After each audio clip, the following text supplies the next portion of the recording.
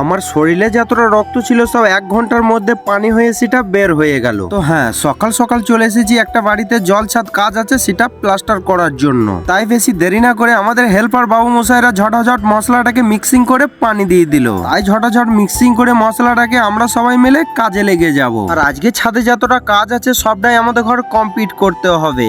আর আজকে কিন্তু কোনো হাওয়া নেই, প্রচন্ড গরম করছে, কি হবে জানি না। এদিকে নিচে ছাদে একটা মিস্ত্রি একটা হেল্পার প্লাস্টার করছে, আর আমি কাজ করছিলাম এই সাইডটা উসো কমপ্লিট হয়ে গেছে, এখন শুধু গ্রাউন্ড ভাঙতে পালা। তারপরে হঠাৎ করে চলে আসে ভয়ানক একটা গরম, গাছের পাতা যেন সব নিঃশব্দ হয়ে গেছে, আর ছাদে আমাদের টিকা মুশকিল হয়ে গেছে। তারপরও কিছু করার নেই, আমাদের ঘর কাজ করতে হবে। তারপরে শরীরে যত রক্ত ছিল সব পানি হয়ে বের হতে লাগলো। আর আজকে চলছে 4টে রোজা, আর এই 4টে রোজাতে আজকে এত প্রচন্ড গরম করছে কি বলবো। তাহলে যারা রোজা করে কাজ করছে তাদের অবস্থাটা কি হবে। এদিকে দুটো হেল্পার বলছিল আর কাজ করতে পারবো না, চলো নিচে যেয়ে একটু রেস্ট নিয়ে নি। তাই আমরা নিচেই চলে এসেছিলাম রেস্ট নিয়ে। আর কিছুক্ষণ রেস্ট নেওয়ার পর আমরা এসে ফের কাজে লেগে যাই। আর কিছুক্ষণ কাজ করতেই আমাদের পুরো কাজ কমপ্লিট। ছাদগুলো আমরা সব ডেটো ফিনিশিং দিয়ে দিয়েছি, তা করতেও অনেকটা টাইম আছে এখনো। তাই ভাবছিলাম নিচে যে আমরা কিছুটা কাজ করব, তাই নিচে চলে এসেছি। আমি নিচে এসে দেখলাম এই গাছটা যে এত নারকেল হয়েছে, তাও আমি হাতে করে ছোঁয়াতে পারছি।